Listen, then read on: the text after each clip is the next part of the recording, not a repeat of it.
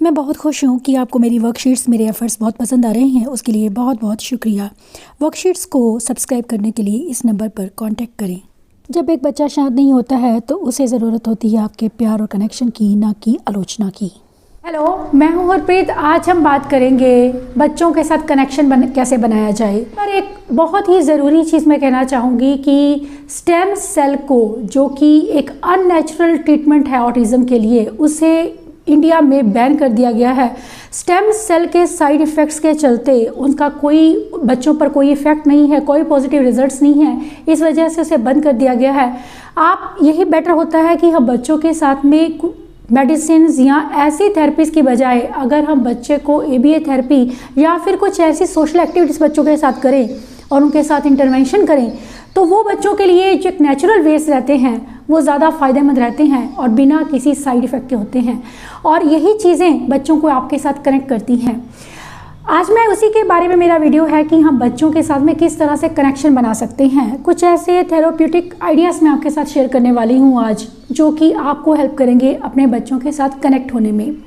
क्योंकि ASD बच्चों में अक्सर सोशल स्किल्स इम्पेयर्ड रहते हैं। सोशल स्किल्स इम्पेयर्ड का मतलब है कि बच्चे उस हिसाब से चीज़ों को नहीं सीख पाते हैं। सोशली दूसरों को देखना, नाम को रिस्पॉन्ड करना या जॉइंट अटेंशन स्किल्स कि हम बात कर रहे हैं, बच्चे का ध्यान उस चीज़ पर है कि मैं क्या बात कर रही हूँ और वो मुझे आंसर कर रहा है। ये सब चीज़ें बच्चों में लैक होने की वजह से इसका असर आगे चलकर उनके कॉन्वर्सेशन पर पड़ता है, जिसकी वजह से बच्चे कॉन्फिडेंट नहीं हो पाते हैं और दूसरों के साथ में, पेयर के साथ में इंटरेक्शन कैसे करना है या टीचर के साथ किस तरह से बात करनी है, ये चीज़ें समझ नहीं पाते हैं। सोशल स्किल्स इम्पेयर्ड होने का सबसे जो बड़ा रीज़न होता है वो ये होता है कि बच्चे अलग रहते हैं, ध्यान नहीं देते हैं, अपने आप में लॉस्ट रहना बहुत ज़रूरी होता है। ऐसे में बच्चे को जो दुनिया में वो खोए हुए अलग, उस दुनिया से उन्हें बाहर लाना। कहा जाता है कि ऑटिज़म एक कांच की दीवार है और ये दीवार इतनी मजबूत होती है कि इसमें आप बच्चे को देख तो सकते हैं, लेकिन बच्चे के ना तो बच्चा आपको सुन पा रहा है और ना ही आप बच्चे को सुन पा रहे हैं और समझ पा रहे हैं। ऐसे में उस दीवार को जितना हद तक हम कमज़ोर कर पाएँ, हमारी कोशिश ये होनी चाहिए कि दीवार इतनी पतली हो जाए कि आपके और बच्चे के बीच में कोई डिफरेंस ही ना बचे।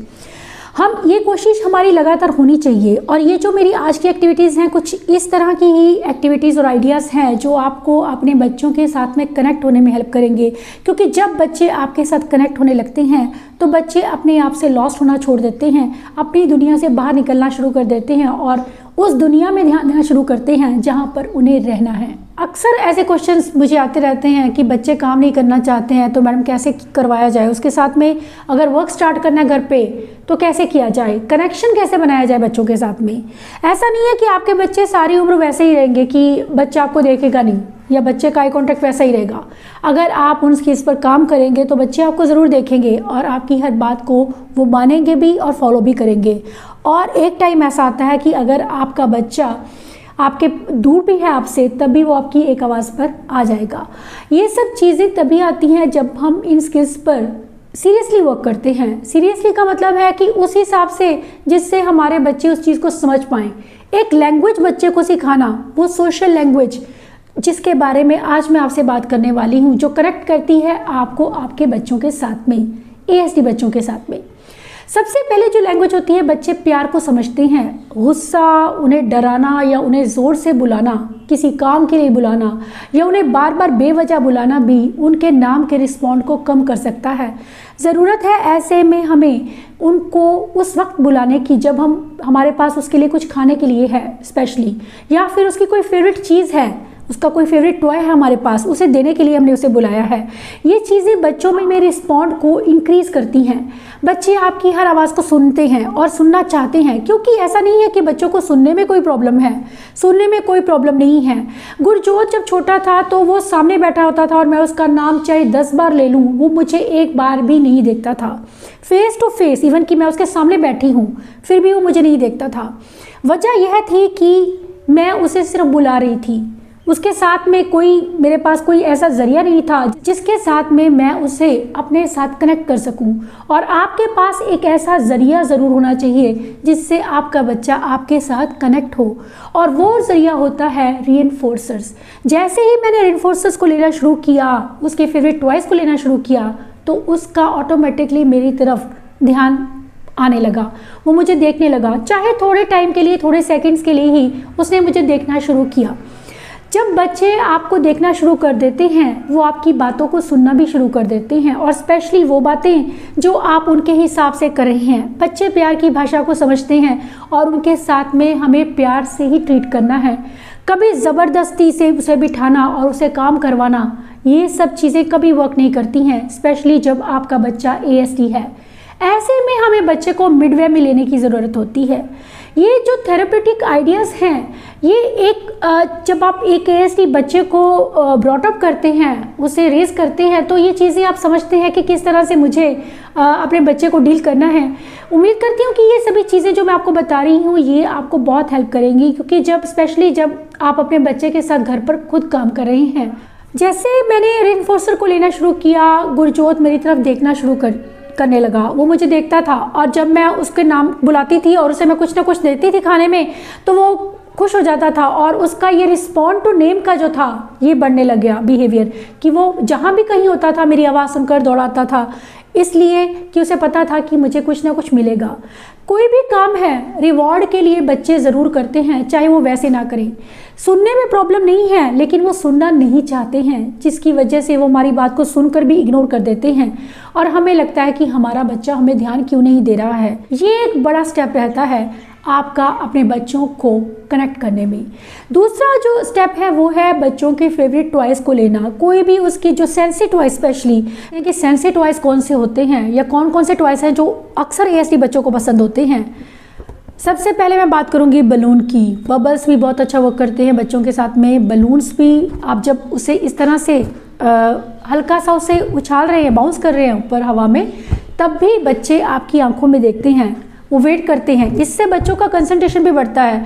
जब आपने बलून को ऊपर उछाला है और बच्चा उसको देख रहा है, तो वो उतनी देर तक उसका ध्यान उस बलून पर है। और ये चीज़ भी आप बलून को अपनी आंखों के पास लेकर आइए, उससे बातें कीजिए, देखो ये बलून है, और ये सब हम इसे प्ले करेंगे। ये सब चीज़ें बच्चे आपकी बातों को समझना शुरू करते हैं और आपके साथ कनेक्ट होने लगते हैं।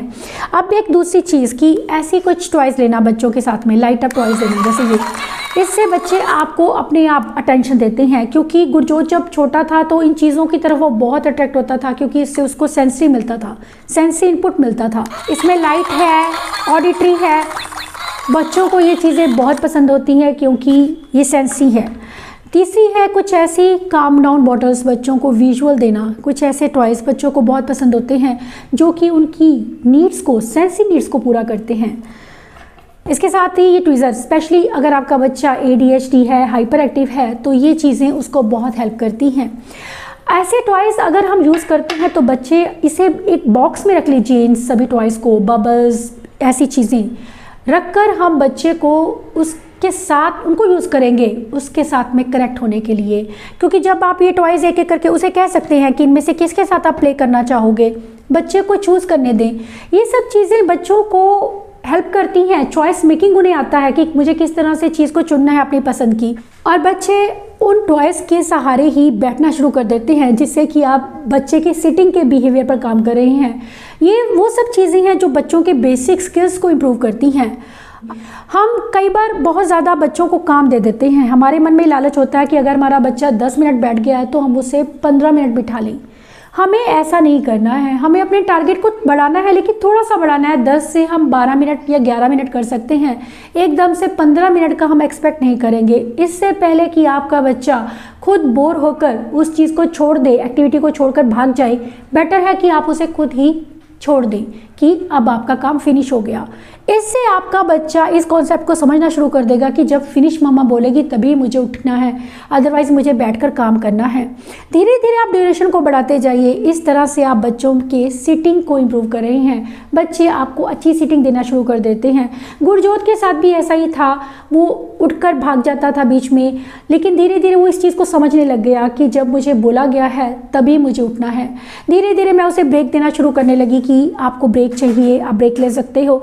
ये चीज़ें आप धीरे धीरे जब ऐड करते जाते हैं, इससे ना सिर्फ बच्चों की अंडरस्टैंडिंग बढ़ती है, बच्चे अपनी बातों को कहना शुरू करते हैं, जिससे बच्चों में बिहेवियर इश्यूज काफ़ी कम होते हैं। अगर मैं बात करूँ लैंग्वेज डेवलपमेंट की, तो लैंग्वेज डेवलपमेंट या उनमें कॉग्निशन को डेवलप करने के लिए मैं कुछ छोटी मोटी पजल्स को लेती थी। अगर आपका बच्चा बहुत छोटा है तो हमें कैसी एक्टिविटीज़ उनको करवानी है। हमेशा एक्टिविटी बच्चे के लेवल, उसके एज के अकॉर्डिंग होनी चाहिए, ये हमें ध्यान में रखना है।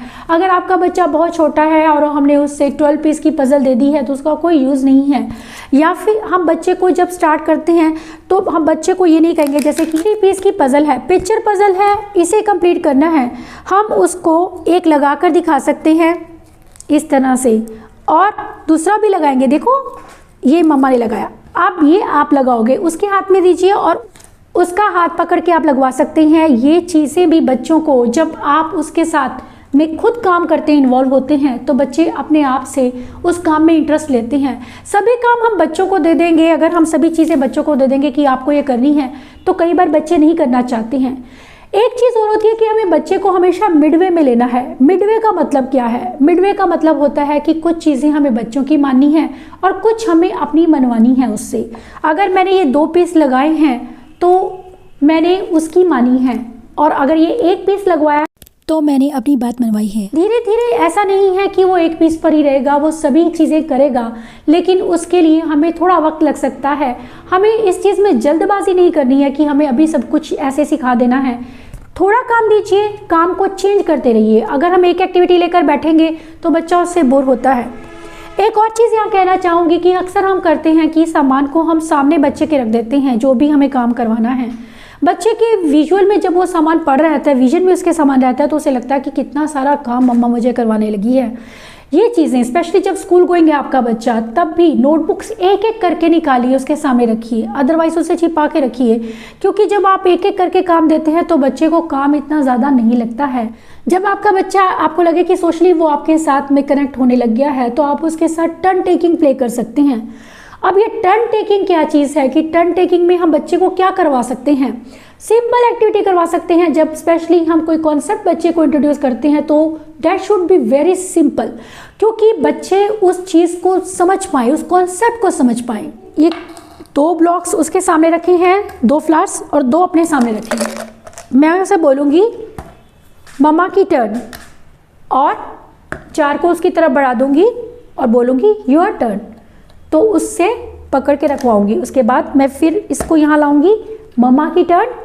धीरे धीरे बच्चे इस चीज़ को समझना शुरू कर देते हैं कि मुझे टर्न कैसे लेनी है अपनी, मुझे अपनी बारी की टर्न की वेट करनी है। वेटिंग का एक कॉन्सेप्ट बच्चे सीखते हैं, और टर्न टेकिंग कितनी इंपॉर्टेंट है ये सब हम जानते हैं, क्योंकि बच्चों के कॉन्वर्सेशन स्किल्स को डेवलप करने के लिए टर्न टेकिंग बहुत ही इंपॉर्टेंट उसका रोल रहता है। नागुरजोत जब बहुत छोटा था तो टॉयज और इन चीज़ों ने तो मेरी मदद की, इसके साथ में मैं उसको सेंसरी भी देती थी, जैसे कि मसाज देना, या फिर उसको टेक्टाइल टॉयज देना, या फिर सेंसरी बिन देना, अलग अलग चीज़ें, क्ले देना, काइनेटिक सैंड देना। ये सब चीज़ें उसको हेल्प करती थी, वो सूदिंग इफेक्ट देती थी, और वो इन चीज़ों के साथ खुश होता था। और काफ़ी स्पेशली पानी का टच उसे बहुत पसंद था, तो मैं इन चीज़ों को यूज़ करती थी उसे बिठाने के लिए, ताकि उसकी सिटिंग इंप्रूव हो। धीरे धीरे जैसे जैसे उसकी सिटिंग इंप्रूव होनी शुरू हुई, मैंने उसकी लैंग्वेज पे साथ साथ काम करना शुरू किया। गुरजोत की स्पीच और लैंग्वेज डेवलपमेंट के लिए मैंने फ्लैश कार्ड्स को यूज़ किया, वर्कशीट्स को यूज़ किया, जिसकी वजह से उसमें अंडरस्टैंडिंग बढ़ती चली गई और वो दूसरों के साथ कंफर्टेबल होने लगा। इसके साथ ही मैं यूज़ करती थी उसकी रिइंफोर्सिंग चीज़ें, जैसे कि पानी में डिफरेंट टॉयज उसे देना, स्क्वीजिंग चीज़ें देना, फिजिट देना, उसे बहुत पसंद थी ये चीज़ें। हर एक चीज़ वो समझना शुरू करने लगा, रिसेप्टिवली वो चीज़ों को समझना शुरू करने लगा कि पॉइंटिंग का क्या मतलब है, मुझे कहाँ पॉइंट करना है, किसी चीज़ का आंसर क्या देना है। क्योंकि ऐसा नहीं है कि आपका बच्चा नॉन वर्बल है या वर्बल है, तब भी बच्चों को अक्सर क्वेश्चन का आंसर देने में परेशानी होती है। बच्चों को ये सब चीज़ें हम वर्कशीट्स के साथ में इजीली सिखा पाते हैं। वर्कशीट्स के साथ में या फिर इन चीज़ों के साथ में आपके बच्चे जब आपसे कनेक्ट होते हैं तो यकीन कीजिए वो आपके साथ कनेक्ट होते ही चले जाते हैं, और ये एक चीज़ उन्हें सीखने में बहुत मदद करती है। बच्चों में लैंग्वेज डेवलपमेंट आनी शुरू होती है, बच्चों की अंडरस्टैंडिंग बढ़ती है, जिससे बच्चों में एक्सप्रेस करना बच्चों को आता है अपनी बातों को, और बच्चे काफ़ी सिक्योर फील करते हैं और चैलेंजिंग बिहेवियर के चांसेस धीरे धीरे कम होने लगते हैं, उनकी लर्निंग बढ़ने लगती है। और यही हमारा एक टारगेट रहता है कि हमारा बच्चा सोशली कनेक्ट हो, वो दूसरों के साथ कनेक्ट होना शुरू होते हैं, क्योंकि उनमें वो एक कॉन्फिडेंस आ जाता है कि मुझे किस तरह से किसी से बात करनी है, क्योंकि आपने घर पर उसे ऑलरेडी ट्रेन किया है। स्कूल पर हम जब बच्चे को भेजते हैं तो पहले मेक श्योर कि आपका बच्चा चीज़ों को समझता हो, उन्हें स्पेशली वो सोशल स्किल सिखाना कि नमस्ते करनी है, मुझे हेलो करनी है किसी के साथ तो कैसे करनी है, या मुझे वेव करना है, बाय करना है तो बाय का मतलब कैसे करना है।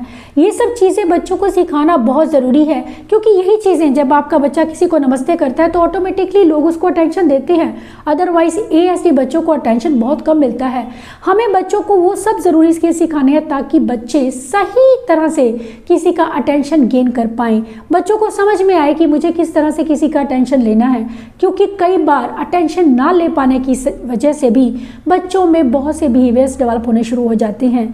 और जब हम बच्चों को ये सब चीज़ें सिखाते हैं तो बच्चे अपने आप दूसरों के साथ कनेक्ट होने लगते हैं और सीखने लगते हैं।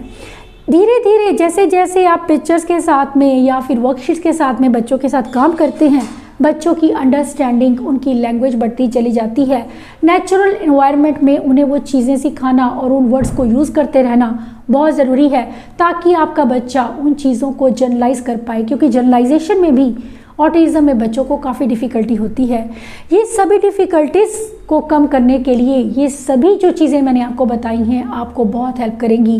हमारी कोशिश होनी चाहिए कि हमारा बच्चा हमारे पास आए, और उस कोशिश को कामयाब करने के लिए ज़रूरी है कि हम बच्चों के साथ में इन आइडियाज़ जिन्हें मैं कहूँगी कि थेराप्यूटिक आइडियाज़ हैं, इनको यूज़ किया जाए। ये वीडियो आपको डेफिनेटली हेल्प करेगा अपने बच्चों के साथ में एक सही कनेक्शन बिल्ड करने में। और थैंक्स फॉर वॉचिंग।